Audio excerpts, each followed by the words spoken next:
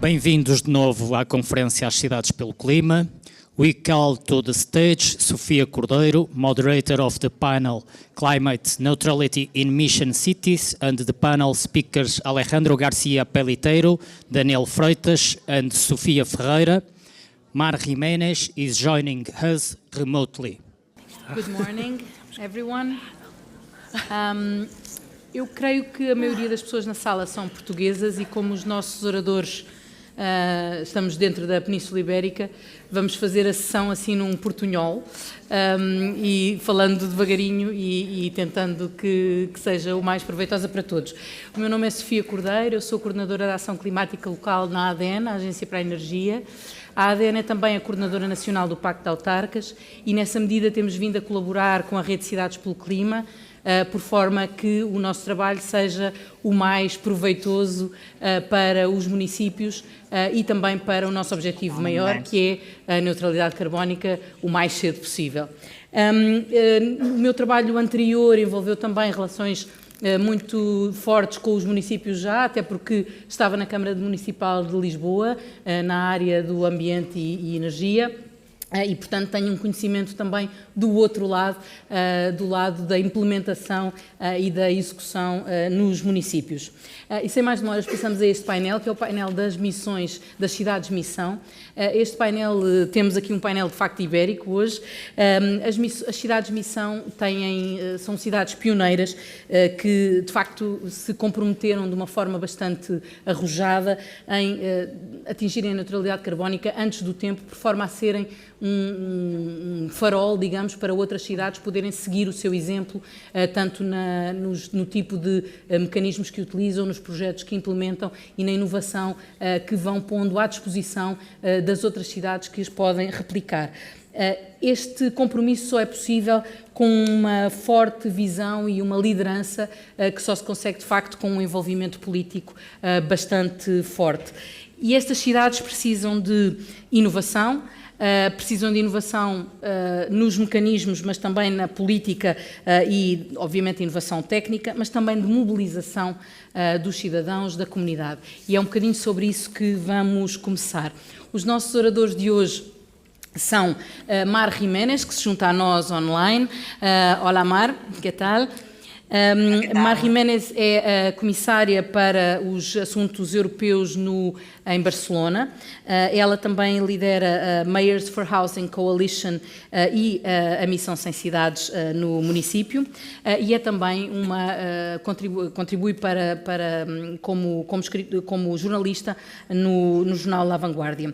Ela antes disso também foi chefe do gabinete da Mayor de Barcelona e teve um papel importante na Net Zero Cities como coordenadora através da Eurocities e tem mais de 2 décadas de experiência tanto no governo da cidade como em mídia, uma vez que tem estudos tanto em economia como em jornalismo.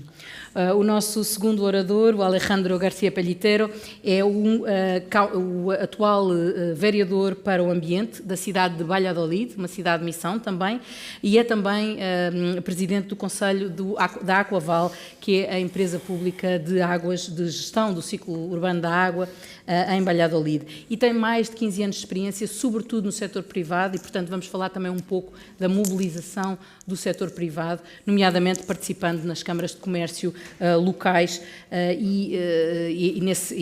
no seu contributo. A Sofia Ferreira é vereadora do Ambiente e Ação Climática em Guimarães, uma das cidades-missão portuguesa.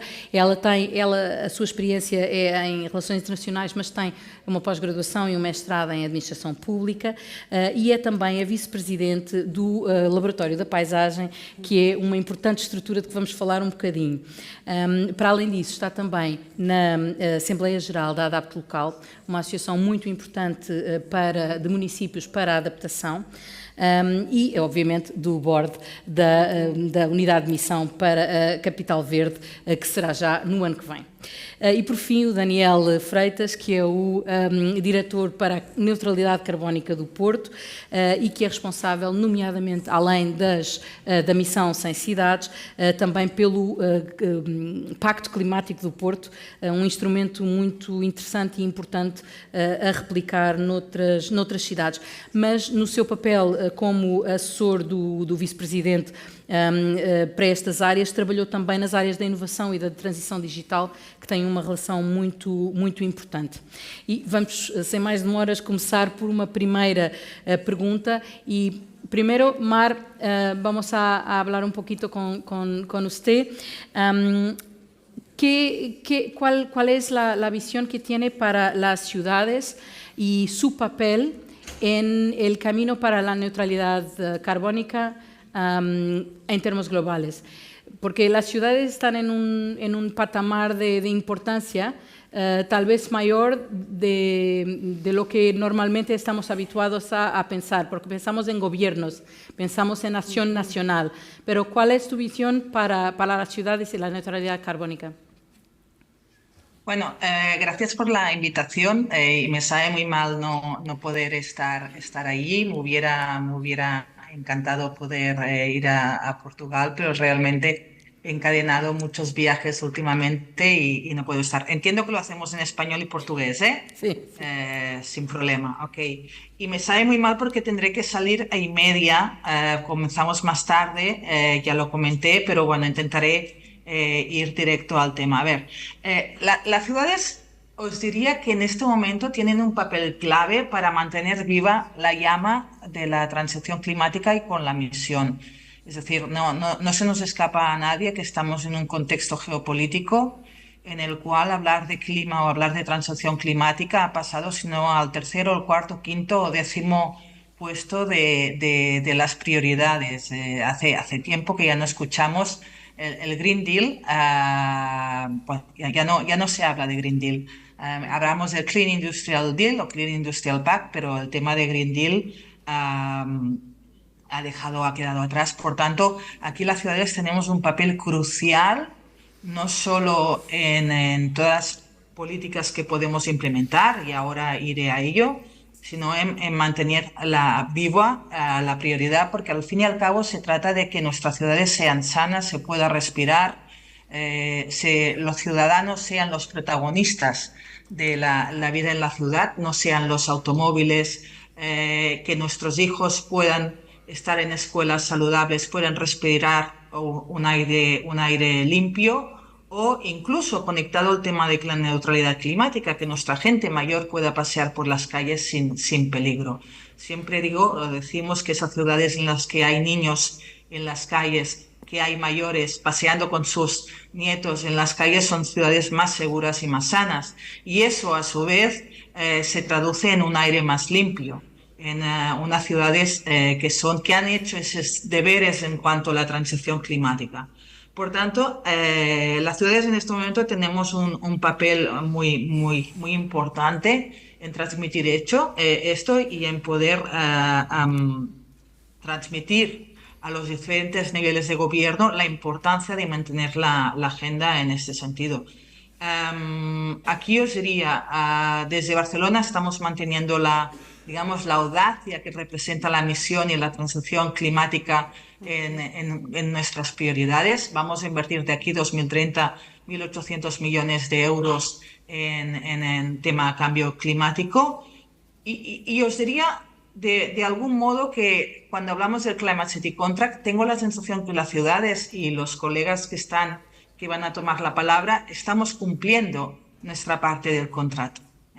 Estamos cumpliendo la parte del contrato que presentamos a la Comisión Europea en su momento, en un programa que diría que tiene que seguir en el nuevo marco financiero anual que se esté negociando. Es una de las cosas que también quería transmitir, porque las ciudades nos hemos implicado a fondo en esto, y esta aproximación de misión que ha tenido la Comisión Europea con el Mission Cities tiene que seguir. Es importantísimo porque es uno de los primeros programas en los cuales las ciudades estamos sentadas con la Comisión Europea en la misma mesa, ¿de acuerdo? Y eso para mí es esencial. Entonces, ¿qué estamos haciendo? Nosotros estamos adoptando políticas para reducir las emisiones en viviendas y en transporte, la electrificación de nuestras flotas, el tema de la eficiencia energética en las viviendas, la reducción de las emisiones generadas al consumo de electricidad. Y estamos intentando transmitir también campañas de comunicación para cambiar la manera de vivir de la gente, pero hacerlo de una manera copartícipe, implicada. También estamos trabajando para implicar a los grandes sectores económicos para hacerlo, porque es un tema que necesita de las ciudades, el gobierno necesita de los ciudadanos, de su implicación, y necesita del sector privado. Sin sector privado no vamos a ningún sitio. Por tanto, es clave poderlos implicar. Pero también os diré que aquí las ciudades tenemos que hacer un papel importantísimo en presionar los niveles de gobierno más alto. Teníamos la suerte, en este caso en España, que creo que es uno de los países de Europa que lo tiene más claro en este momento, en que es necesario mantener la agenda climática, y de hecho la vicepresidenta de la Comisión es la anterior ministra de vicepresidenta de Agenda Climática en este tema. Pero os diría que una de las cosas que tenemos que hacer las ciudades en esta tarea de advocacy para que se mantenga la misión clima, que eso es fundamental, es también decir, nos tenéis que tener en cuenta como stakeholders en los cuales no solo queremos ser recipientes del dinero, sino que queremos también ser parte del diseño de implementación de esos instrumentos para poder recibir estos fondos que estén vinculados a la transición climática y a otros temas como la vivienda, que es otro de mis sombreros que estoy llamando. Otro elemento, si me permitís, y aprovecho para hacer aquí la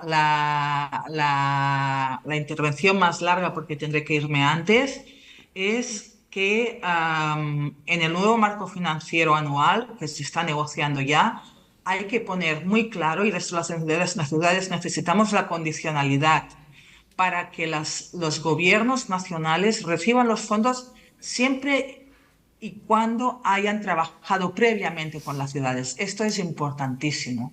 Y es importantísimo porque hasta ahora las ciudades hemos tenido un rol pasivo, pero las ciudades somos las que sabemos mejor qué necesitan nuestros barrios. Sabemos mejor cuáles son los barrios en los que hay que aplicar la rehabilitación energética. Por tanto, cuando hablamos de sitting at the table o de multilevel governance, lo tenemos que hacer pidiendo que las ciudades estén al mismo lugar que los otros niveles de gobierno y que las ciudades recibamos estos fondos de forma directa. Les voy a poner un ejemplo. Y esto se hace referencia a la Resilience Finance Facility, a Recovery Finance Facility, a los Next Generation.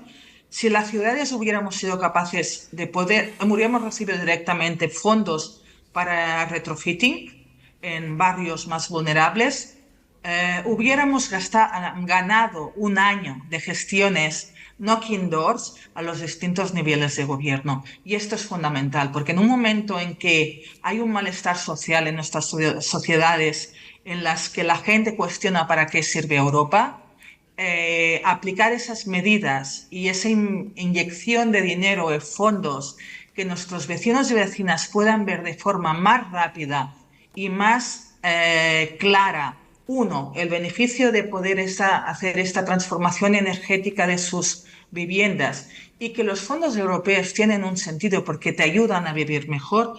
Para mí eso es fundamental y unos de elementos claros. Por tanto, para concluir, creo que las ciudades tenemos que mantener la alerta, la bandera de la necesidad de la transición climática. Sé, y seguramente no tendré tiempo de intervenir, que muchas veces en las siguientes preguntas nos encontramos con una resistencia en nuestras ciudades altísima de unos sectores económicos que a veces ven con malos ojos que hagamos las calles peatonales, que cambiemos el paradigma de movilidad, pero luego esto llega y está por quedarse. Nadie quiere ir atrás en estas ciudades que, como decía, son ciudades que de los coches pasamos a los abuelos paseando con sus nietos, y son ciudades en las que se puede respirar mejor y sobre todo también la importancia para las ciudades. Tenemos que hacer este papel muy activo y muy claro y la gente, el equipo de emisión, las plataformas nacionales tienen que tener un papel muy importante en poder mantener la misión más allá en el nuevo marco financiero multianual y las ciudades han de poder recibir en una orientación que sea mission oriented como hasta ahora. Las ciudades deben poder recibir fondos porque somos las que sabemos qué necesitan nuestros vecinos y somos las más rápidas para poder aplicar allí donde más se necesitan las medidas y las políticas que puedan acelerar el cambio climático y mostrar cómo el cambio climático es la otra cara de la moneda de la cohesión social y de la equidad en nuestros barrios. Muchas gracias. Muitas graças, Mar. E passando aqui um bocadinho, aproveitando esta boa introdução que a Mar Jiménez aqui nos fez, eu passava aqui a Guimarães e a vereadora de Ferreira este papel das cidades, num momento em que as cidades-missão têm que preparar os seus contratos climáticos com planos de investimento e com planos de ação, que papel vê nessa ligação entre a política europeia e a política nacional, mas também aqui na relação que podem estabelecer com outras cidades e também com o cidadão. Se calhar um bocadinho inspirada no exemplo que Guimarães tem do seu pacto climático e também do trabalho que é feito com a comunidade através do Laboratório da Paisagem, que papel é que lhe parece que as cidades podem ter nesta liderança, digamos, climática? Bem, muito obrigada. Bom dia a todos e a todas. No seguimento da intervenção anterior, reforço a importância das cidades e do seu papel, que é determinante, é fundamental em todo este processo de transformação, porque, na verdade, os desafios que temos, os grandes compromissos que temos neste domínio obrigam não só a investimentos de larga escala, como também todos nós sabemos, mas fundamentalmente a um compromisso no sentido de conduzirmos e de contribuirmos para a alteração comportamental, alteração dos nossos cidadãos, de cada um de nós, uma alteração de mentalidade. E, na verdade, todo este processo complexo que a todos nos une, que, na verdade, assumimos e de uma forma muito concreta com a elaboração do nosso contrato climático, nós assumimos um compromisso de atingirmos metas para as quais elas só são possíveis de serem concretizadas se tivermos o envolvimento de toda a comunidade. E, por isso, as cidades, na verdade, assumem um papel central, elas têm de estar na vanguarda de todo este processo em que nos envolvemos e, obviamente, que, estando mais próximo da comunidade, termos nós esta facilitação em termos de podermos concretizar ações, projetos que também façam com que as pessoas acreditem na importância e na possibilidade de atingirmos eu acho que, não sei se me ouvem, devem me estar a ouvir, não é? Estou a sentir isto a cair, de atingirmos essas metas. E, portanto, a cidade é como que um laboratório vivo. E nós, principalmente nós autarcas, e cumprimento aqui de uma forma muito especial o Sr. Presidente da Câmara de Braga, e também a minha colega, obviamente, que temos vindo a trabalhar cada vez mais e bem nesta área, é fundamental que os autarcas, quer seja ao nível do município, mas também ao nível das diferentes vilas e freguesias, assumam esta determinação, esta liderança, mas fundamentalmente esta vontade de querer fazer a mudança. Porque temos e esta proximidade, estes mecanismos, o Laboratório da Paisagem é um bom exemplo, é uma instituição que foi criada com um objetivo muito determinado do município em apostar e investir na investigação, apostar na ligação à academia, às universidades, mas fundamentalmente trabalhar em termos digamos, de inovação e criatividade, mas ter também projetos que lhe permitam concretizar e levar para junto da comunidade essas realizações. Porque todos nós sabemos que é muito difícil alterar comportamentos e, principalmente, mais difícil é, a meu ver, quando estamos a falar em processos tão complexos, quando por vezes temos na nossa sociedade outro tipo de necessidades que ainda carecem de resposta. E quem está mais próximo da comunidade é, sem dúvida, a meu ver, as autarquias, as cidades, e a cidade não só naquilo que respeita a parte política, que é determinante em termos de mobilização da sociedade, mas também todas as instituições, todas as empresas que fazem parte desse ecossistema de governança que nós, em Guimarães, procuramos instituir e criar. E a forma como realizamos todo este processo, nomeadamente a criação do Pacto Climático, tem esse objetivo subjacente, o envolver o setor empresarial, o envolver toda a comunidade, os cidadãos, numa perspectiva também de os responsabilizar e comprometer com os projetos que pretendemos concretizar. Portanto, as cidades são determinantes, são fundamentais para este processo. A experiência que posso aqui partilhar convosco e com cada um de vós vai precisamente nesse sentido, que procuramos fazer esta mediação, será entre, eu bem parecia que isto estava a cair, entre a parte, muitas vezes, europeia e nacional e, posteriormente, a parte articulação com o tecido local, mas a cooperação, a articulação com outras experiências, com outras cidades, quer seja a nível nacional ou transnacional, são muito importantes. E essa é também a postura que adotamos desde o início deste processo. Empenhamos por fazer bem, empenhamos-nos por partilhar experiências e colaborar com outras cidades no sentido de também aprendermos, e todas as experiências, quer seja na área da mobilidade, dos resíduos, o que for, ao nível de projetos de cooperação nacional e transnacional, procuramos partilhar as nossas boas práticas, mas também colher as boas práticas de todos os demais. E, portanto, entendo que neste nível, como nos outros, é importante a determinação e a vontade política, é importante a forma como se desenvolve o processo e criar condições para que haja uma efetiva participação da comunidade, seja numa ligação direta às empresas, que aí o Laboratório da Paisagem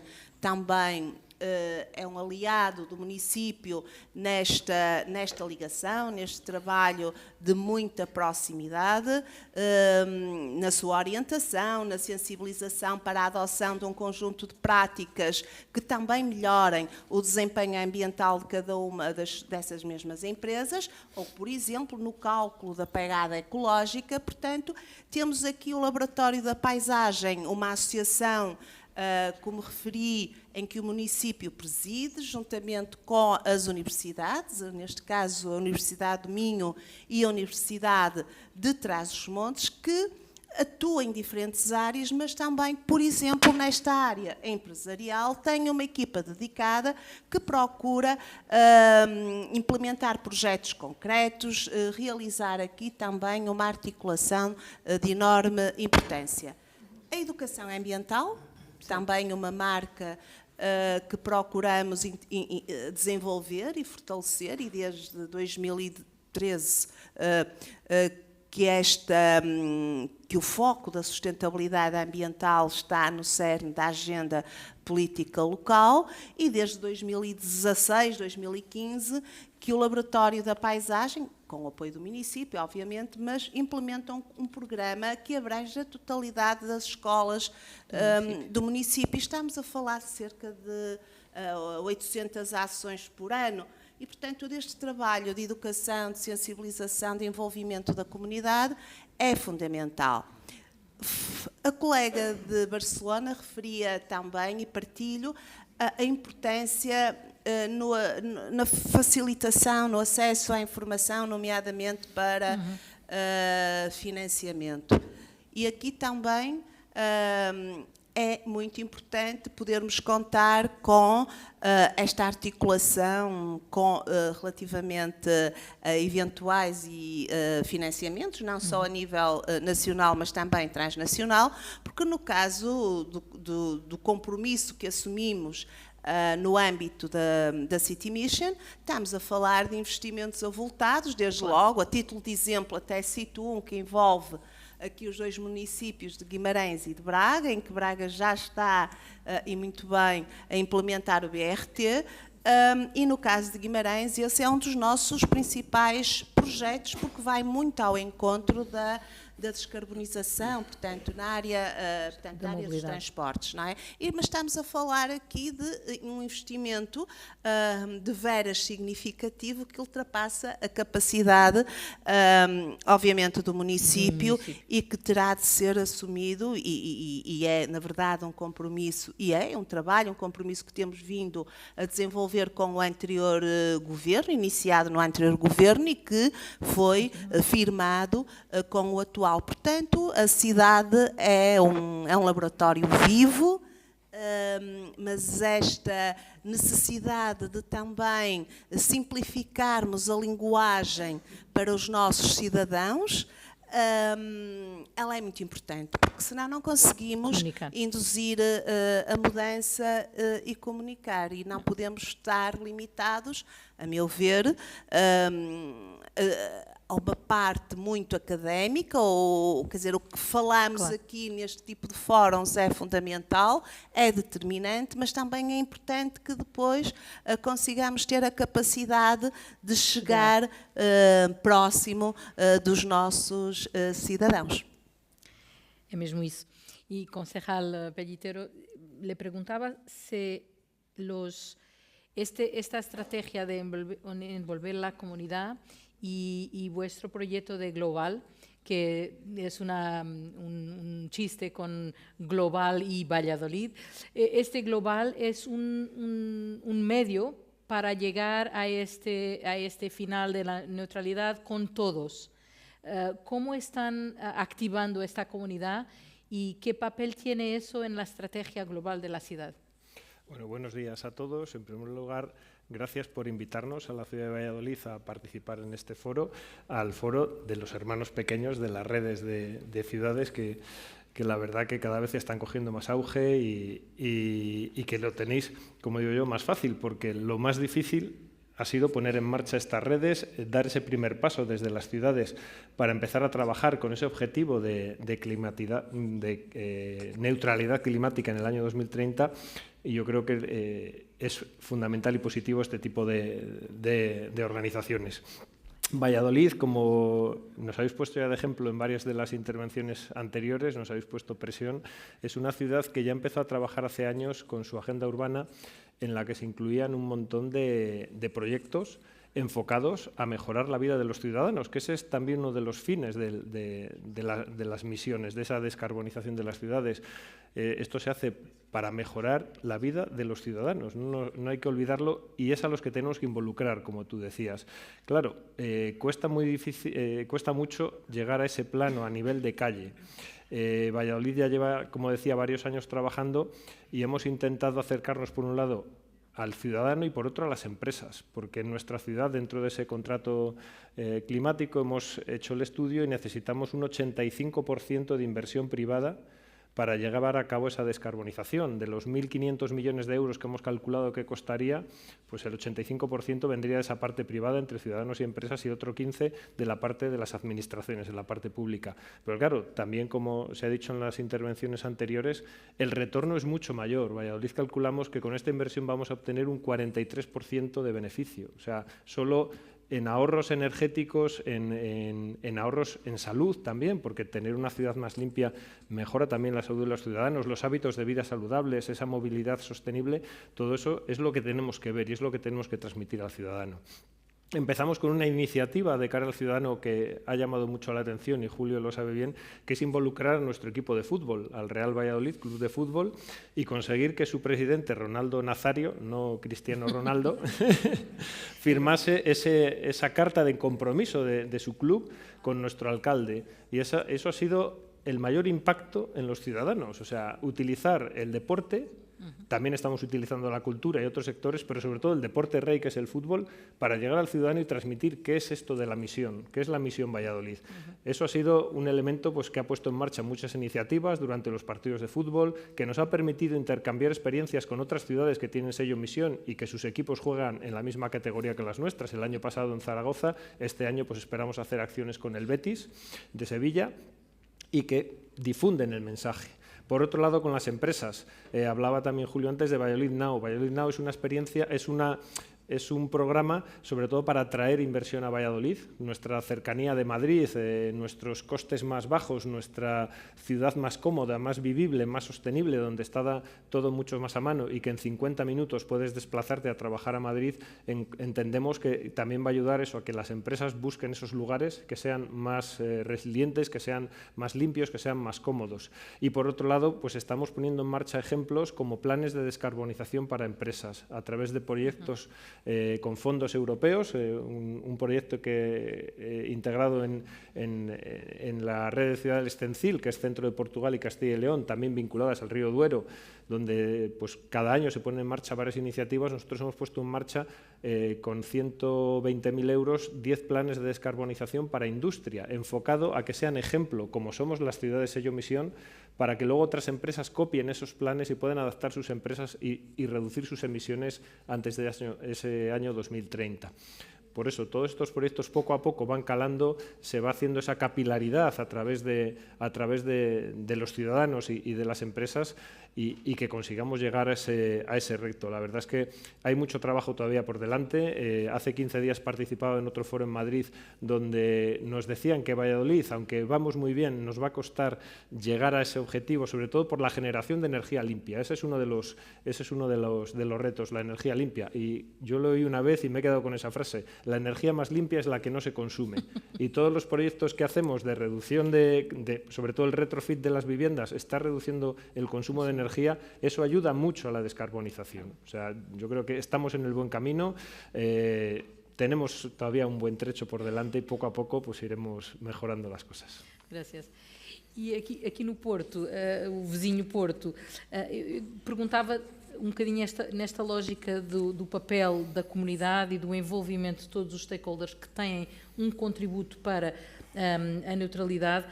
Aproveitava-se cá para puxar um bocadinho também para as agências de energia e qual é o papel que na estratégia do Porto tem o trabalho das agências de energia. E por outro lado, eu sei que o Porto também tem, no panorama internacional, tem tido essa capacidade de mobilização, participando em vários fóruns, como liderando, por exemplo, a Comissão de Ambiente da Eurocities, etc. Que papel tem esta mobilização na vossa estratégia? Muito bem. Muito obrigado. De facto, começando pelo papel da escala das cidades, e aquilo falávamos o porquê das cidades, não é? Nós bem sabemos que nas cidades é onde vive, não é exclusivo português, mas quer dizer, é uma lógica global, onde vivem mais pessoas, onde se consomem mais recursos, onde se gasta mais energia e, portanto, também é neste tipo de territórios e nesta ação localizada que, de facto, conseguimos ter mais rápido impacto e maior impacto.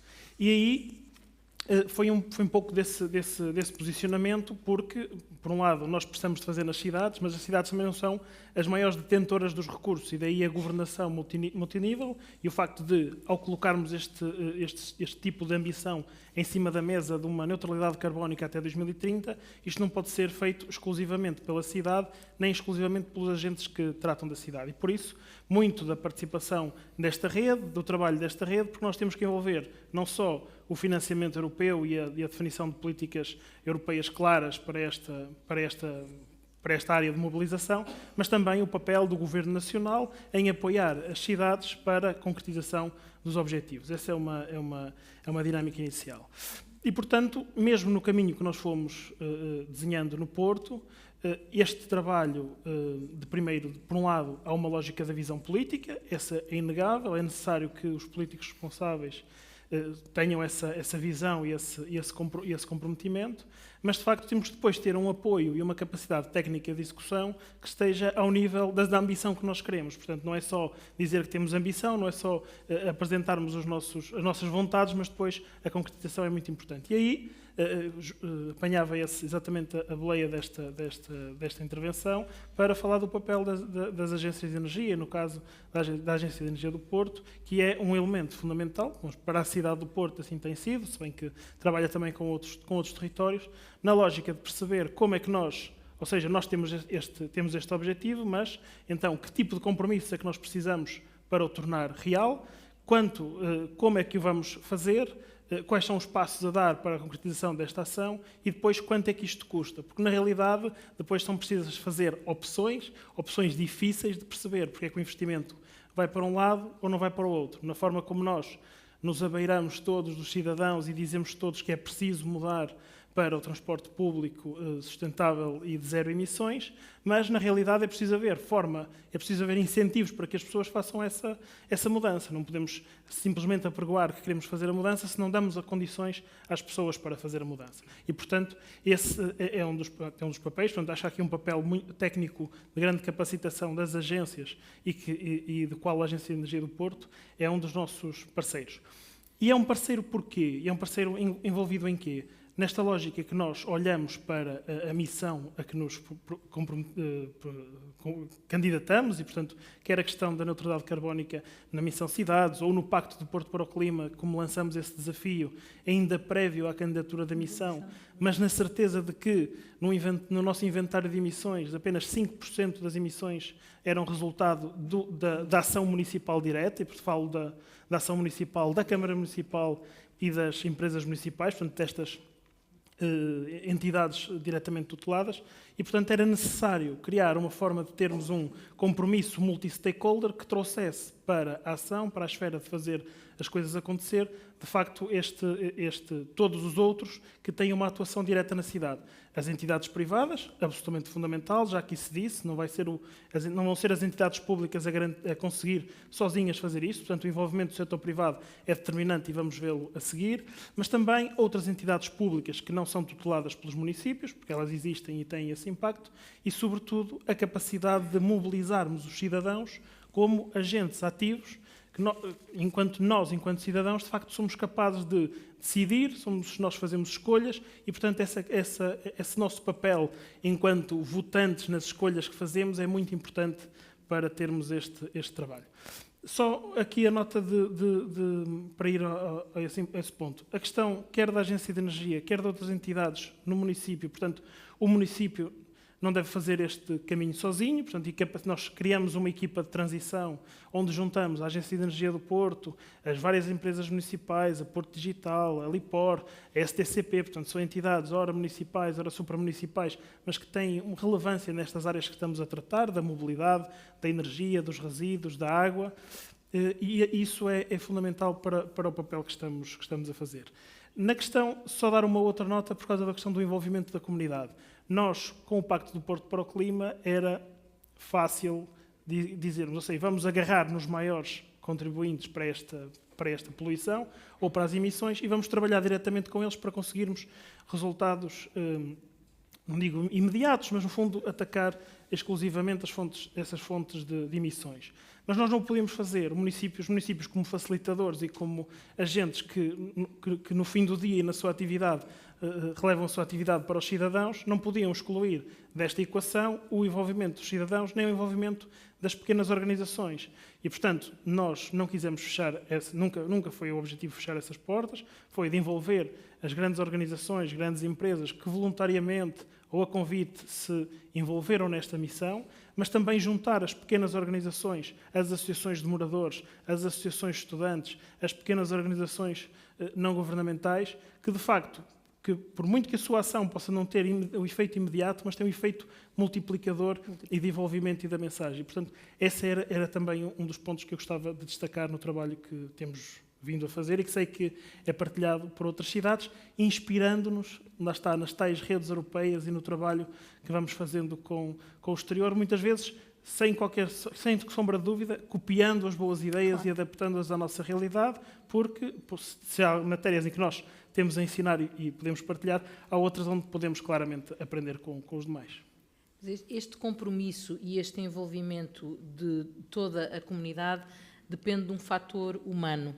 E aqui regresso a Valladolid. Para conseguir este trabajo de comunidad, de conjunto, necesitamos de movilizar el ciudadano individual. Y tenemos muchas veces esa dificultad de conseguir llegar a los más... a los que no están ya convertidos, a los que no saben lo que es el cambio climático, los que no quieren saber porque tienen la necesidad más básica para resolver en este día. ¿Cómo llegamos a estos ciudadanos? ¿Cómo llegamos a través de las organizaciones? ¿Qué podemos hacer para llegar al ciudadano que no sabe o no puede cambiar? Bueno, ahí ese es uno de los grandes retos. El primero es la financiación, que se ha hablado ya largo y tendido aquí, y el segundo es lo que hablábamos antes, cómo llegar y convencer a los que no están convencidos. ¿El fútbol? El fútbol es uno de los canales, pero no todo el mundo le gusta el fútbol tampoco, entonces no es la solución mágica. Yo creo que ahí lo que necesitamos es sobre todo concienciación desde los más pequeños. Empezar con programas también en los centros educativos en los que a través de nuestros pequeños, con esa educación pues en los valores de cuidar, respeto, incluso temas de reciclaje, o sea, todos los temas que nos van a ayudar a comprender, luego eso revierte en casa. En casa son nuestros canalizadores. Nosotros estamos, por ejemplo, ahora en la construcción o renovación de la planta de tratamiento de residuos urbanos, con una inversión cercana a los 50 millones de euros, donde, como va a ser la última que se está construyendo, va a ser la más moderna de España y de las más modernas de Europa, donde vamos a hacer un aula ambiental para dar esa formación en cómo tratar la basura y cómo no generar los residuos que ahora mismo generamos y no separamos. Y también otro de los proyectos incluidos en esta planta de tratamiento es un centro de reciclaje, de economía circular, para sobre todo los enseres y esas cosas que pueden llegar a la planta y que pueden tener una segunda vida, pues darle salida. Todo eso con el fin de ir educando pues a las personas. Claro, lo que decía, no todo el mundo le gusta el fútbol, hay que intentar llegar a todo el mundo. Pues también hacemos actividades con empresas para que también involucren a sus trabajadores. No vamos por el mal camino porque, claro, las ciudades hemos empezado hace relativamente poco con nuestros programas de descarbonización, pero Valladolid es una ciudad muy vinculada al sector de la automoción. Tenemos una fábrica de Renault, de Iveco, de Michelin, y todas estas plantas ya tenían sus planes de descarbonización antes de que Valladolid fuera ciudad misión. Eso quiere decir que las empresas han visto que había que hacer cambios antes de que empezásemos las ciudades, que empezase la parte pública. Claro, eso es para mejorar su parte de responsabilidad social, para ser más competitivos. Hay que tener en cuenta que es muy importante, y también lo hemos dicho, y también por el bien de todos, porque al final eso repercute en el planeta. Y ellos también nos están ayudando con su formación a sus empleados. O sea, hay muchos caminos por los que vamos andando para involucrar a la ciudadanía. Y poco a poco pues esperamos pues, que la gente se vaya concienciando. Lo que hablamos de rehabilitación energética, eso es otra parte fundamental.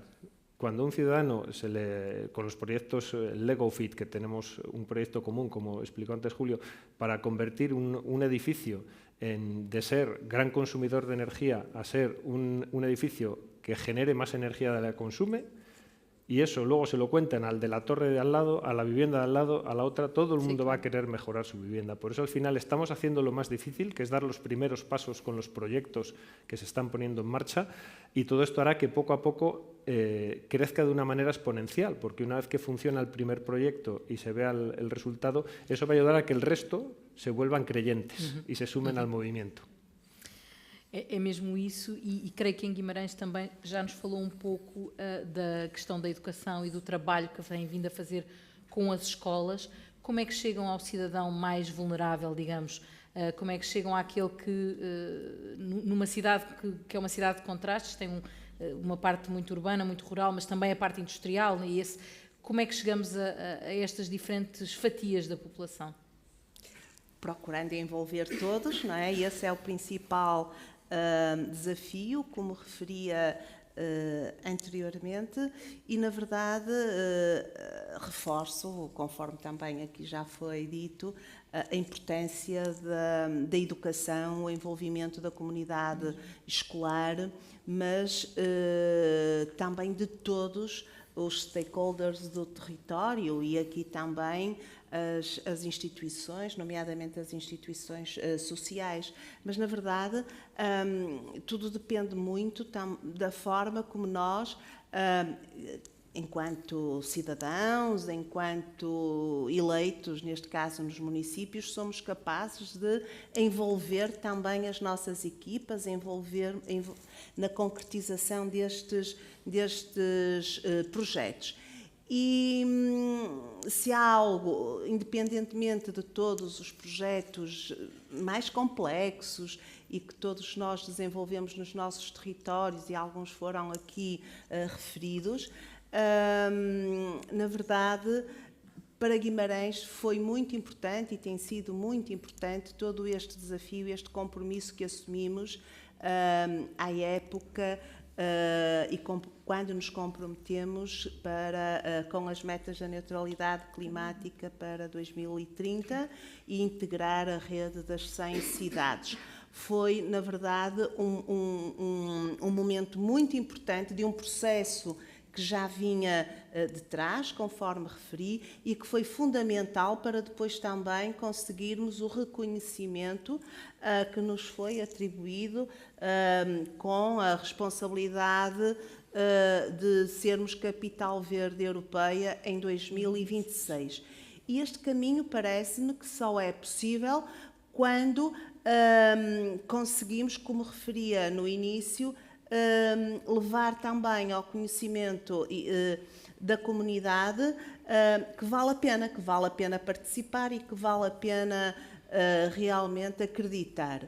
E dava o exemplo concreto, porque obviamente a mobilidade, a energia, portanto nós poderíamos aqui também falar em muitas áreas de atuação e de experiências nessa área, mas eu iria falar, por exemplo, e dar um exemplo também muito recente, que ainda inauguramos em Guimarães, que se prende com a criação ou alargamento da rede de percursos das ecovias. Portanto, toda esta intervenção em que aqui que estamos a desenvolver ao nível da criação de corredores ecológicos, a recuperação dos rios, o devolver, o criar e alargar o número de parques de lazer, de zonas onde a comunidade pode participar, é fundamental, porque quem conhece cuida, não é? Verdade. E, portanto, todo este trabalho é importante não só naquilo que representa em termos de defesa da biodiversidade, mas também na criação de condições para que a população possa usufruir e possa também ter melhores condições para a prática, também, não é? Mais apetência, e portanto estamos aqui a responsabilizar e estamos a fazer com que se envolvam cada vez mais. Outro exemplo concreto e que também pode aqui ser referido para esse objetivo que referia, prende-se com um projeto que estamos a desenvolver no âmbito também da Net Zero Cities, o bairro C, onde temos identificado uma zona do concelho de Guimarães que é classificada como património mundial, portanto, é mais difícil em termos de implementação de medidas, com vista a elevar a eficiência, por exemplo, a eficiência energética, mas fizemos e aceitamos esse desafio. E esse projeto piloto do bairro C tem-nos permitido testar, também é esse o objetivo, testar projetos muito concretos que possam depois ser replicados ao nível de concelho e também a nível nacional e por outros países. Não é? E aqui um exemplo concreto é a criação da Assembleia de Cidadãos. E, portanto, mas aí nós também, enquanto políticos, temos de estar predispostos para ouvir e aceitar as sugestões e, fundamentalmente, termos também a capacidade de não defraudar aqueles que dão sugestões, que apresentam os seus projetos, mas que também entendemos que não podem ser execuíveis, também existe. Portanto, todo este esforço de equilíbrio, de diálogo, é fundamental. Para este processo. E, obviamente, aqui eu depois trago, se for possível, um filme final onde julgamos que expressa muito bem todo este esforço que fazemos no sentido de levar ao cidadão, de envolver o cidadão e fazê-lo ver que vale a pena acreditar, porque falou-se na circularidade da economia, por exemplo, na área da gestão dos resíduos. Outro exemplo concreto é a colocação que temos neste momento de equipamentos em todas as escolas do concelho, nas secundárias e EB23, para a recolha de vestuário. Portanto, e todo esse trabalho, depois juntamente com a universidade e startups, todos esses materiais são tratados e dão depois vida a novos produtos, sejam para sacos para o nosso mercado municipal, onde queremos abolir definitivamente o plástico, quer seja para os bares do Centro Histórico de Guimarães, com as mantinhas, ou para caminhas para os animais do CRO. Portanto, são exemplos em que nós... De como chegar à população de formas menos convencionais, não é? E que elas acreditem que vale a pena e que é por aí que nós temos que caminhar. Muito bem. Daniel, no Porto também há um trabalho muito grande, por exemplo, através dos bairros municipais e do envolvimento de comunidade, como, por exemplo, o trabalho que está a ser feito na Asprela e com o envolvimento destas comunidades mais vulneráveis, através, por exemplo, de comunidades de energia renovável. Como é que vocês procuram chegar ao cidadão que normalmente não vem até vocês? Não é? Certo. Não, sobretudo, eu acho que há uma mensagem na forma do relacionamento com o cidadão, que é, por muito que hajam várias formas de o fazer, porque não existe a tal bala de prata que vai resolver isto, e, portanto, há múltiplas ações que têm efeitos diversos e que são feitos por múltiplas entidades, importa é que isto esteja coordenado. De facto, eu acho que há uma máxima que tem que ser relacionada com o responder às necessidades das pessoas. Sim. Isso não há outra forma de fazer que não seja responder às necessidades das pessoas. Porque nós podemos pensar na forma tecnológica mais avançada, na lógica de inovação mais extraordinária, mas só vai ter adesão da população. Acho que a questão da cocriação e da partilha e do desenvolvimento comum é chave, mas, de facto, aquilo tem que responder a algum problema concreto que elas têm. E, portanto, na questão das comunidades de energia, é um bom exemplo. Porquê? Chegando às pessoas, apresentando-lhes o projeto, envolvendo-as, porque, de facto, a literacia energética também não abunda em todo o lado, e, portanto, mesmo muitas pessoas que não percebem exatamente o que é que aquilo significa, no fundo, ajudá-las a traduzir, perceber, fazê-las ser parte do processo, e aí, com muitas dificuldades burocráticas que tiveram que ser ultrapassadas, mas estas vou deixar de parte, de facto, trazer as pessoas para o projeto e aí, de facto, dar-lhes uma mais-valia. E qual é que pode ser ali a mais-valia? A possibilidade de usufruir de energia mais barata. Portanto, numa lógica de combater a pobreza energética, mas de facto criar-lhes um benefício e perceber que a intervenção que eles têm e o facto de terem participado naquele projeto e o facto de terem agora uns painéis solares a produzir energia e em partilha com a escola, e, portanto, perceber que aquilo tem de facto que se materializa no seu dia-a-dia. E acho que isto envolve, esta é a minha mensagem final, a questão de muita criatividade para encontrar formas para trazer as pessoas para o centro desta ação. Quando se decidiu fazer uma simplificação tarifária e uma redução dos valores dos passos no transporte público, onde, por exemplo, o município do Porto decidiu que era importante, seja numa lógica da questão da educação, pagar do próprio orçamento municipal os passes para os 12, 15 que não eram abrangidos e depois dos 15 aos 18, e hoje é uma medida que está universalizada pelo Orçamento do Estado, mas quando o município quis fazer isso, foi para perceber que, de facto, tínhamos ali a possibilidade de criar condições para que as pessoas fossem movidas para o transporte público, criando-lhes um benefício económico, naturalmente, reduzindo algumas injustiças para pessoas. O que acontecia era que pessoas que viviam mais longe dos centros da cidade, porque não tinham capacidade para viver nos centros das cidades, ainda tinham uma dupla penalização de pagar mais para se transportar, para vir trabalhar. E, portanto, era importante uma medida deste género, torna-se fundamental na forma como introduz justiça social, mas de facto se materializa num benefício para as pessoas que de facto responde às suas necessidades. Portanto, essa é uma mensagem que acho que é muito importante de deixar para inspiração. Nós aqui conseguimos falar numa linguagem técnica, não é? Porque estamos aqui, essencialmente, sobretudo, entre pessoas técnicas que compreendem o que nós estamos a fazer, mas depois é preciso traduzir isto para ações concretas dos cidadãos. É mesmo. Já esgotámos largamente o nosso tempo, por isso vou-vos pedir num exercício de síntese, numa palavra, qual é o vosso principal desafio neste momento nas 3 cidades que aqui estão? O principal desafio de Valladolid. Pues como he dicho antes, lo primero, conseguir financiación para ese sector privado que tanto lo necesita y financiación que llegue, como ha dicho Mar, directa a las ciudades. Porque al final, ahora estamos las ciudades trabajando con los fondos Next Generation y hemos enfocado, por lo menos en Valladolid, la mayoría de los proyectos a nuestro sello misión y sobre todo eso, y conseguir, que no lo he dicho antes, que se me olvidaba, que nosotros tenemos esa red de embajadores, que llamamos embajadores de la misión, que siga creciendo como está creciendo hasta ahora, que por ejemplo a final de año teníamos 100 empresas y entidades adheridas y en 3 meses hemos conseguido 70 más. Lo que decía antes, lo que cuesta es poner en marcha las cosas y una vez que empieza a funcionar todo va a ir creciendo poco a poco. Financiación directa. Eso es. Vereadora, em Guimarães.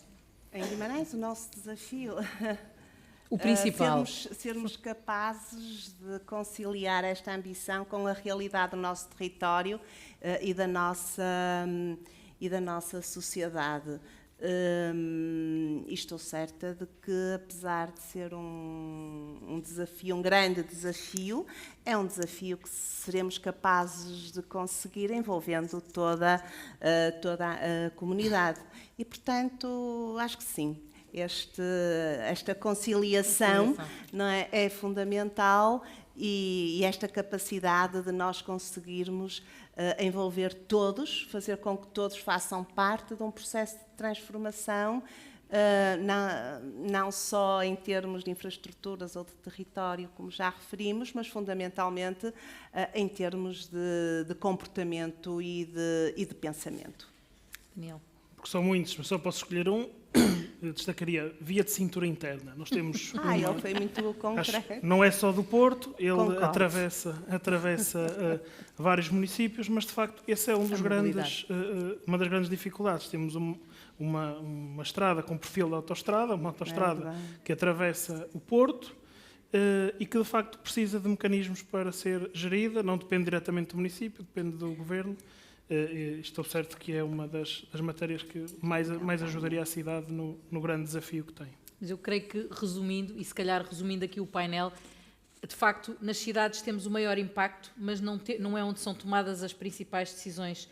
E talvez esta questão do financiamento direto ou da decisão envolvendo o nível local, nestas grandes decisões, seja, se calhar, o grande takeaway que eu creio que podemos levar desta sessão, apoiar diretamente as cidades para conseguir resultados a nível nacional e global. Muito obrigada a todos. E temos o vídeo da Capital Verde. Os parabéns agora pessoalmente, que ainda não tinha estado com a vereadora a Guimarães, que ganhou o galardão da Capital Verde para 2026, e tem um pequeno vídeo para nos mostrar como teaser para todos irmos lá já a partir do próximo mês de janeiro. Podem já lá.